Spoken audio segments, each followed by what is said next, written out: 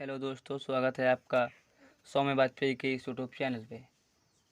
और इससे पहले हम लोगों ने कॉन्स्टिट्यूएंट असेंबली के बारे में हमारे 2 पार्ट आए हैं। इसमें हम लोगों ने बात की संविधान सभा का निर्माण कैसे हुआ, कितनी सीटें कहाँ से आई, मुस्लिम लीग को कितनी सीट मिली है, अम्बेडकर को किसने क्या उपाधि दी, आधुनिक मनु की उपाधि, जनक जननी। तो ये सारी बातें हमने संविधान सभा में की। आज जो पॉलिटी मतलब जो पूरी पॉलिटी है वो संविधान में निहित है। तो हम लोग आज बात करने वाले हैं संविधान के बारे में। क्या होता है संविधान, क्या क्या प्रावधान है।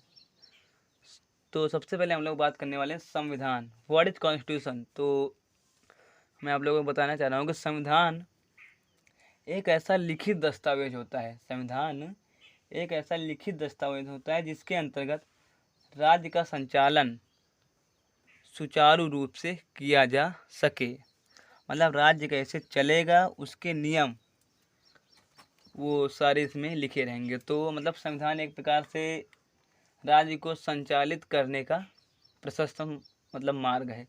तो आज इस वीडियो में हम लोग इतनी सारी बातें करेंगे। संविधान क्या है, कैसे इसका गठन हुआ, क्या क्या इसमें प्रावधान है। तो उसी संविधान का एक प्रावधान है हमारे इसमें प्रस्तावना।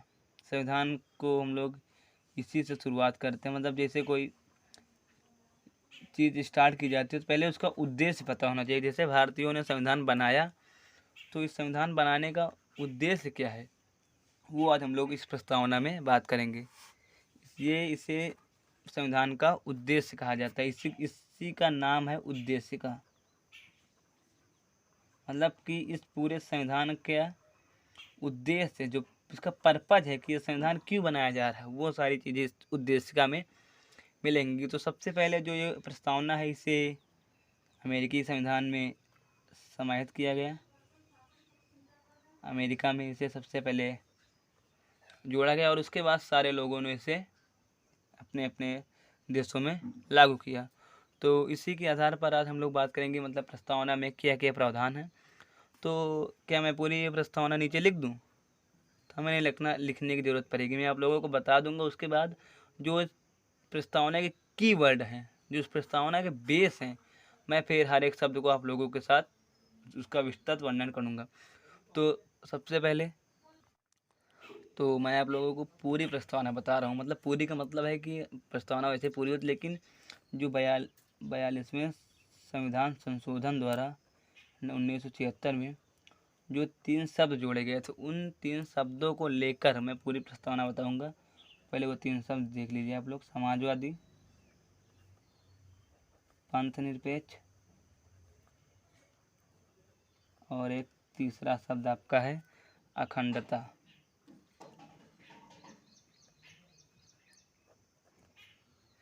बयालीसवें संशोधन द्वारा ये 3 शब्द जोड़े गए जिसमें समाजवादी, पंथ निरपेक्ष और अखंडता।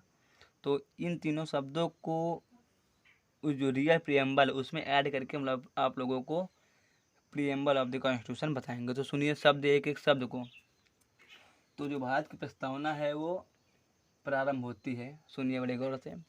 हम भारत के लोग भारत को एक संपूर्ण प्रभुत्व संपन्न समाजवादी धर्मनिरपेक्ष लोकतांत्रिक गणराज्य बनाने के लिए और इसके समस्त नागरिकों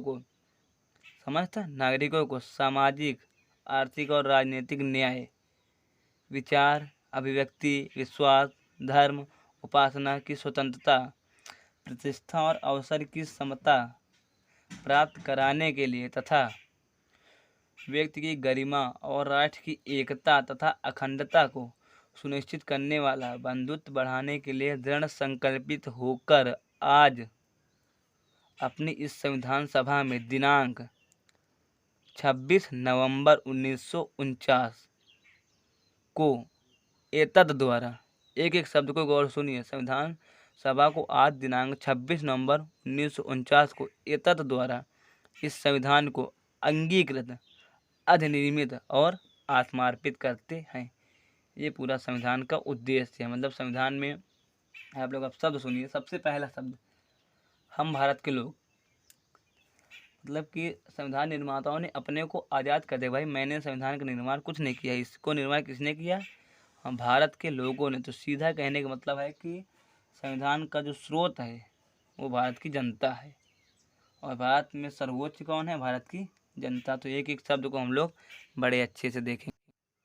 जो इसमें पहला शब्द है, मतलब जहाँ से प्रस्तावना स्टार्ट होती वहाँ पे पूरा संविधान का मर्म छुपा हुआ। हम भारत के लोग, ये भारतीय संविधान का सबसे बड़ा मर्म है, जिसे हम लोग कहते हैं गोल्डन। वो यहाँ पे स्वर्ण एक प्रकार से, मतलब कि संविधान का पूरा जो बेस है वो जनता पे रख दिया।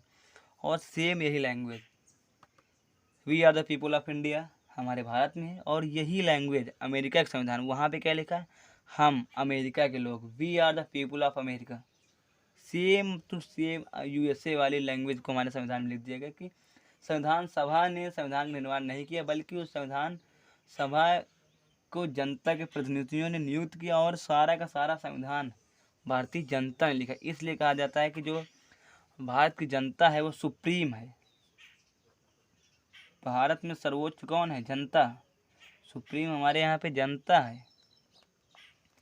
We are the people of India, हम भारत के लोग, सबसे बड़ा शब्द, ये कीवर्ड है इस प्रस्तावना का। ये क्वेश्चन कई बार पूछा जा चुका है कि हम भारत के लोग, ये शब्द कहाँ से लिया गया? तो हूबहू यही लैंग्वेज लिखी है यूएसए में।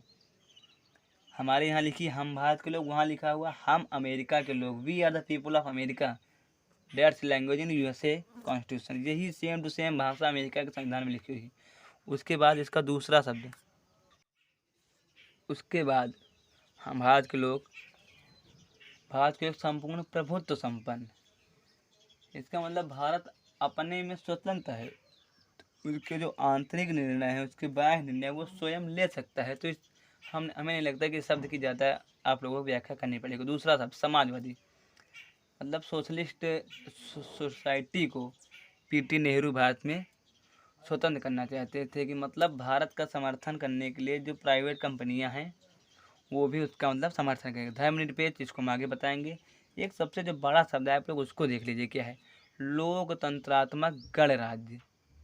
ये चीज़ समझिए आप। पहले हम लोग बताएंगे आपको लोकतंत्रात्मक, उसके जस्ट बाद आपको बताएंगे गणराज्य। इसका दोनों का मतलब क्या होता है, तो आप लोग एक एक शब्द को सुनिए। लोकतंत्र का मतलब होता है कि, लोकतंत्र का सीधा सा मतलब है कि ऐसी शासन व्यवस्था, मतलब ऐसा शासन जहाँ पे मतलब जिस देश में शासन कौन करती है? जनता। ये लोकतंत्र का आधार है। लोकतंत्र का मतलब होता है कि जहाँ पे जनता सुप्रीम हो, जनता देश पर शासन करती हो, वो होता है लोकतंत्र। उसके बाद लोकतंत्र मतलब होता है कि जनता का शासन, लेकिन जनता पूर्णतः नहीं शासन, जनता के प्रतिनिधि। जैसे हम भारत की बात करें तो यहाँ पे जैसे जनता के प्रतिनिधि एमपी हो गए, सांसद, एमएलए हो गए, विधायक, ये जनता के प्रतिनिधि अपने अपने सदन में जनता का पक्ष रखते हैं। भाई आप जैसे कोई दल कोई विधेयक लाया है तो उससे सबसे पहले देखा जाता है कि जनता के हित में है या नहीं। तो इसे ही हम कहते हैं लोकतंत्र, डेमोक्रेसी। उसके बाद दूसरा शब्द है उसके बाद एक तीसरा शब्द है गणतंत्र। मतलब उसमें जो प्रस्तावना उसमें लिखा है ना, हम भारत के लोग, भारत को संपूर्ण प्रभुत्व संपन्न, समाजवादी, धर्मनिरपेक्ष, लोकतांत्रात्मक गणराज्य। तो उस गणराज्य का मतलब बताएं गणतंत्र।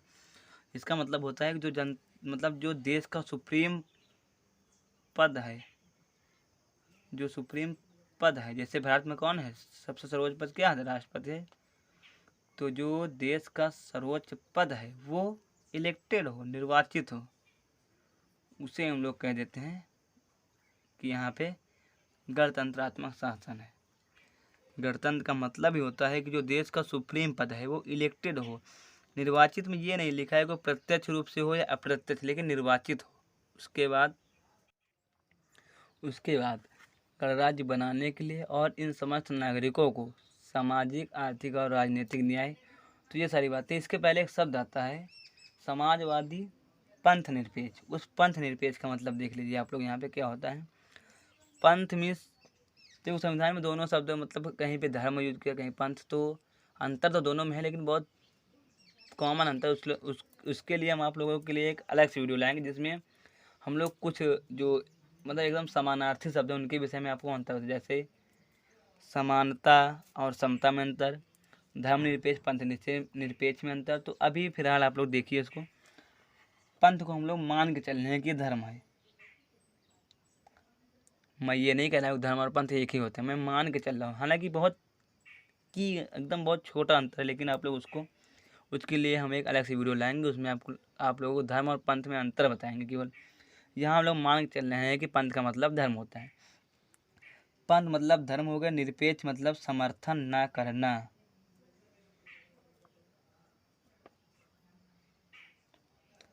अब इसका मतलब निकालिए, भारत एक पंथ निरपेक्ष राज्य है। इसका क्या मतलब निकल कि भारत किसी धर्म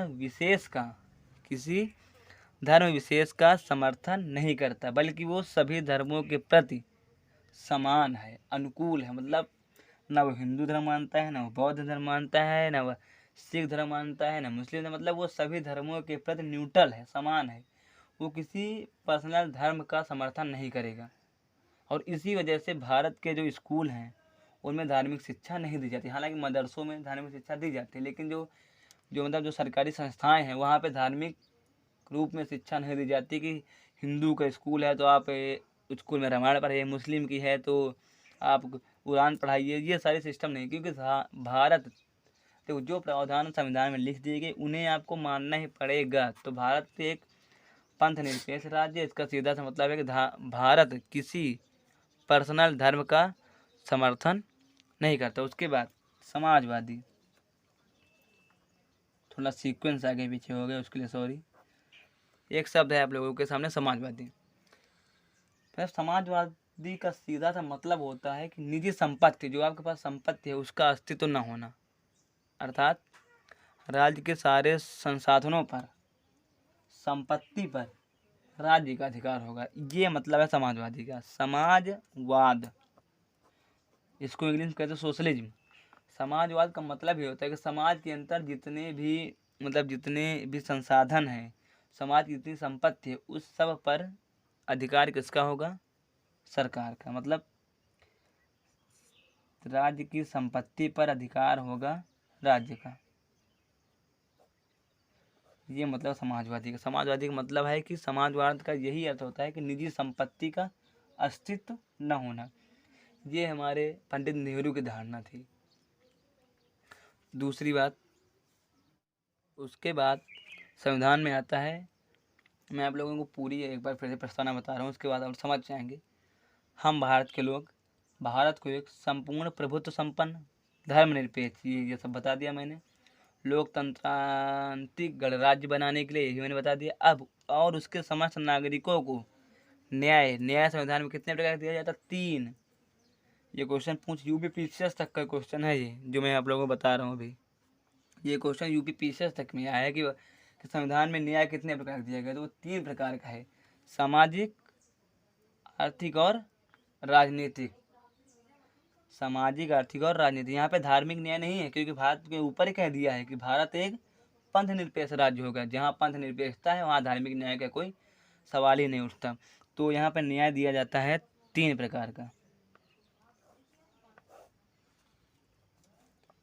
3 प्रकार का न्याय है, सामाजिक, आर्थिक और राजनीतिक।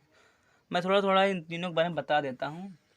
वैसे अगर इनके बारे में ज़्यादा चर्चा करेंगे तो वीडियो लंबा होता चला जाएगा, इसलिए थोड़ा थोड़ा इन तीनों के बारे में बता देता हूँ। देखो, पहले बात देखिए आप लोग, सामाजिक न्याय मतलब क्या होता है। सामाजिक न्याय मतलब होता है समाज में जितने प्रकार के वर्ण हैं या वर्ग हैं, वर्ण वर्ग अंतर है। वर्ण मतलब होता है रंग रूप में, और वर्ग मतलब होता है जाति रूप में। बात समझे मेरी? तो मैं ये बता रहा हूँ कि जो सामाजिक न्याय, उसका मतलब है कि किसी भी वर्ण या वर्ग विशेष के साथ भेदभाव न किया जाए, उनको समान न्याय दिया जाए। ये आपका होगा सामाजिक। इसकी मांग कितने होती है? अम्बेडकर ने, क्योंकि वो सब झेले पड़े भाई। उनके साथ कॉलेज जाते थे, उन्हें यहाँ पे लाइब्रेरी में बैठे नहीं दिया जाता था, घर से बोरी लेके जाओ। तो मतलब ये सारे, देखो मैं अम्बेडकर का बहुत बड़ा फ़ैन हूँ, इसलिए मैं हर बात में अम्बेडकर को इंक्लूड करता हूँ। तो ये न्याय का कॉन्सेप्ट ही अम्बेडकर का दिया कि भाई आप, हालांकि ये न्याय का सिद्धांत हर देशों में लागू है, लेकिन भारत में इसको लागू करने का मेन अधिकार जो सामाजिक न्याय है, उसमें अम्बेडकर का योगदान आता है। कि भाई अम्बेडकर को ये सब पता था भाई मेरे साथ क्या हुआ, तो वो संविधान सभा के पहले ही दिन से कह रहे थे कि भेदभाव समाप्त किया जाए और नीची कास्ट को उठाने के लिए, क्योंकि उस समय नीची कास्ट हाशिए पर थी, तो इस वजह से ये सामाजिक न्याय का कॉन्सेप्ट लाया गया। तो ये समझ में आ गया। उसके बाद आर्थिक न्याय। इस आर्थिक न्याय में ये आता है कि योग्यता के आधार पर किसी के साथ नौकरी, धंधा, बिजनेस या राजस्व वगैरह में उसके साथ भेदभाव न किया जाए। अगर उसके पास योग्यता है तो उसको आर्थिक न्याय दिया जाए। तीसरा, राजनीतिक न्याय। राजनीतिक न्याय में आता है कि मतलब आप अगर चुनाव लड़ना चाहते हो तो आप चुनाव लड़ सकते हैं, बशर्ते शर्त है कि आप जिस चीज़ का चुनाव लड़ रहे हैं, जैसे आप लोग प्रधान का चुनाव लड़ रहे हैं तो आपकी उम्र 21 वर्ष हो। अगर 21 वर्ष आपकी उम्र है तो आप राजनीतिक न्याय के दायरे में आते हैं। इससे हम लोग राजनीतिक अधिकार भी कहते हैं। तो वहाँ पे आपको चुनाव लड़ने का अधिकार, अगर आपकी एज 18 वर्ष है तो आप वोट दे सकते हैं, आप किसी व्यक्तिगत पार्टी का समर्थन कर सकते हैं, आप राष्ट्रपति तक का चुनाव लड़ सकते हैं, बशर्ते जो शर्तें हैं उन्हें आपको मानना पड़ेगा। तो ये तीनों न्याय है। उसके बाद ये क्वेश्चन बहुत ज़्यादा इंपॉर्टेंट है कि भारतीय संविधान में न्याय कितने प्रकार का दिया गया? 3 प्रकार का। उसके बाद एक क्वेश्चन है स्वतंत्रता। स्वतंत्रता, यहाँ से भी क्वेश्चन बनता है। भारतीय संविधान की जो प्रियम्बल है उसमें दी गई है आपको 5 प्रकार की स्वतंत्रता। 5 प्रकार की स्वतंत्रता। वहीं पर इसी संविधान का पार्ट है फंडामेंटल राइट, वहाँ पे 6 प्रकार की स्वतंत्रता है। ये मतलब हमने पहले ही कहा था कि ये प्रियम्बल जो है वो कॉन्स्टिट्यूशन का बेस है, किस आधार पे आगे का संविधान है वो आप अगर प्रस्तावना पढ़ लेंगे तो आप भारतीय संविधान का दर्शन ही से कहा जाता है। आप अगर इसको पढ़ लें तो आप जज कर लेंगे कि आगे का प्रावधान क्या होगा। तो यहाँ स्वतंत्रता कितने प्रकार की हैं? 5 प्रकार की। इसी में फंडामेंटल राइट का आर्टिकल 19 है, वहाँ पे 6 प्रकार स्वतंत्रता है, लेकिन हम बात कर रहे हैं प्रियम्बल की प्रस्तावना की। तो यहाँ पे कितने प्रकार स्वतंत्रता दी जाती है? 5 प्रकार की। उनके नाम लिख देता हूँ मैं। पहला, विचार, अभिव्यक्ति,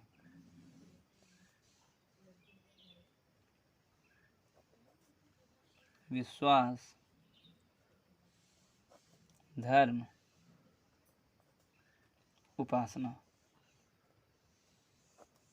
ये मतलब विचार, मतलब ये आपकी स्वतंत्रता है कि आप जैसा चाहें वैसा विचार कर सकते हैं और दूसरे के सामने इसे व्यक्त कर सकते हैं। अभिव्यक्ति मतलब व्यक्त करना, वही बात है। विश्वास, आप किसी पर्सनल व्यक्ति के ऊपर विश्वास, मतलब ये आपकी सब स्वतंत्रताएं हैं, ये आपको मिलती, कोई आपको इन स्वतंत्रताओं से बाधित नहीं कर सकता, ये आपकी पर्सनल स्वतंत्रताएं हैं। उसके बाद जब हमारा ये स्वतंत्र न्याय हो गया, स्वतंत्रता हो गई, उसके बाद स्वतंत्रता के बाद आता है क्या? समता। आप लोग एक बार मतलब अपने कंपटीशन की तैयारी कर रहे होंगे तो पक्का प्रियम्बल याद होगी, तो उसको यार ध्यान से देखिए क्या आता है। सामाजिक, आर्थिक और राजनीतिक न्याय के बाद सीधा ये 5 स्वतंत्रताएं आ गई। उसके बाद क्या आएगा? समता प्राप्त कराने के लिए व्यक्ति की गरिमा, मतलब प्रतिष्ठा और अवसर की क्षमता। तो पूरा सीक्वेंस में चल रहा, आप लोग देख सकते हैं इसको अगर आप लोगों को प्रियम्बल याद हो। तो यहाँ पे समानता है, यहाँ पे 2 प्रकार की समानता दी जाती है भारतीयों को। 2 प्रकार की। पहली समानता है अवसर की और दूसरी है प्रतिष्ठा की। मतलब सबको बराबर अवसर दिए जाएंगे, ये समानता है। प्रतिष्ठा मतलब आप, मतलब जो आपकी स्वतंत्रता है, आप जो करना चाहते हैं वो आपको समानता, अगर आपके पास योग्यता है। अब मैं ज़्यादा वीडियो लंबा हो जाएगा, वरना अभी आप जो ये समानता वाला कॉन्सेप्ट है ये मैं आपको समझाता कि समानता मतलब ये नहीं होता है कि एक IAS अधिकारी का वेतन एक चपरासी के बराबर होगा, ये समानता नहीं है। समानता मतलब है कि अगर मतलब एक SC व्यक्ति हाई स्कूल पास है, अगर वो जॉब पे है, उसको 500 रुपये मिल रहा है, तो अगर सामान्य व्यक्ति उसी जॉब पर है तो उसे भी 500 रुपये मिलेगा, ये समानता है। समानता ये नहीं है कि आप कंपेयर करें कि भाई वो IAS है, उसकी तनख्वाह 1 लाख रुपया, 1.5 लाख है और मैं चपरासी, मेरी तनख्वाह 15,000। वो समानता नहीं, अपने गुणों के आधार पर समानता, वो समानता। अगर आप भी IAS हैं तो अगर आप SC कास्ट के हैं तो आपके साथ भेदभाव नहीं किया जाएगा, आपको भी उतना ही वेतन दिया जाएगा जितना एक सामान्य वर्ग के IAS को दिया जाता है। समानता का मतलब ये होता है। उसके बाद बंधुत्व। बंधुत्व में सीधा एक सी चीज़ है, भाईचारे की व्यवस्था। बंधुत्व मतलब होता है भाईचारा, मतलब कि आप सबके साथ अपना संविधान का मर्म है वो पूरा संविधान आप लोग पढ़ चुके हैं, आप लोगों को समझ में आ गया होगा कि जो मर्म है वो सीधा दिखा रहा है कि भाई एकता, अखंडता, समता, समानता, बंधुत्व, विचार, व्यक्ति न्याय, ये सारी मतलब स्वतंत्रता, मतलब एक प्रकार से पूरा दर्शन जिसको हम लोग कहते हैं ना, वही पूरा भारतीय प्रियम्बल दिख रहा है। उसके बाद तो लास्ट में 3 शब्द आते हैं, उनको आप लोग बहुत गौर से सुन लीजिए। मतलब शब्द दोनों वही हैं, एकदम हल्का सा कीवर्ड एकदम मतलब हल्का सा डिफरेंट है, वो मैं आप लोगों को समझाने की कोशिश कर रहा हूँ। एकता हो गई, अखंडता को सुनिश्चित करने के लिए दृढ़ संकल्पित होकर आज संविधान सभा में 26 नवंबर 1949 को एतद द्वारा इस संविधान को अंगीकृत, पहला शब्द, दूसरा शब्द अधिनियमित और तीसरा आत्मार्पित करते हैं। किसे? इस संविधान को। तो अंगीकृत मतलब होता है कि स्वीकार करना, हम इस संविधान को एक्सेप्ट कर रहे हैं, ठीक, संविधान को स्वीकार करना। अधिनियमित, इस अधिनियमित मतलब इस आधिकारिक रूप से जो बना है संविधान हमारा, इसको हम लोग लागू कर रहे हैं, ये हो गया अधिनियमित मतलब। और आत्मार्पित मतलब स्वयं पर हम इसे अर्पित करते हैं, अर्थात हम इसे स्वयं पर लागू करते हैं। जो प्रस्तावना के कीवर्ड थे वो हम लोगों ने पूरा का पूरा पढ़ लिया। उसमें कीवर्ड क्या, मैं एक बार फिर से प्रस्तावना समझाने की कोशिश कर रहा हूँ, उसको समझ लीजिए। उसके बाद हम लोग फिर से एक बार प्रस्तावना देख लीजिए क्या है प्रस्तावना में। मैंने सारे वर्ड बता दिए। प्रस्तावना में है कि हम भारत के लोग भारत को एक संपूर्ण प्रभुत्व संपन्न, मतलब भारत अपने आंतरिक बाह्य निर्णयों के लिए स्वतंत्र होगा। समाजवादी मतलब राज्य के अंदर जितनी संपत्ति है, जितनी संस्थाएं हैं, उन सब पर राज्य का अधिकार होगा। धर्मनिरपेक्ष, भारत किसी व्यक्ति विशेष धर्म का समर्थन नहीं करेगा। लोकतंत्रात्मक मतलब भारत में जनता का शासन होगा। गणराज्य का मतलब होता है कि जो देश का हेड है वो निर्वाचित होगा। उसके बाद सामाजिक, आर्थिक और राजनीतिक न्याय। विचार, व्यक्ति, धर्म, विश्वास, उपासना की स्वतंत्रता, प्रतिष्ठा और शरीर की समता तथा व्यक्ति को गरिमा और राष्ट्र की एकता तथा अखंडता सुनिश्चित करने वाला बंधुत्व बढ़ाने के लिए दृढ़ संकल्पित होकर आज इस संविधान सभा में दिनांक 26 नवंबर 1949 को एतद द्वारा इस संविधान को स्वीकारते हैं, लागू करते हैं और स्वयं को सौंपते हैं। ये तीनों शब्दों का मतलब है जो अंगीकृत, अधिनियमित और आत्मार्पित हैं।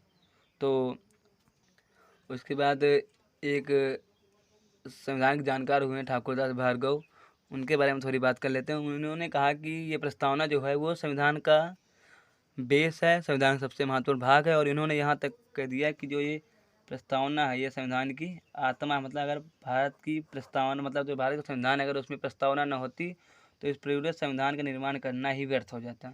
तो आज की क्लास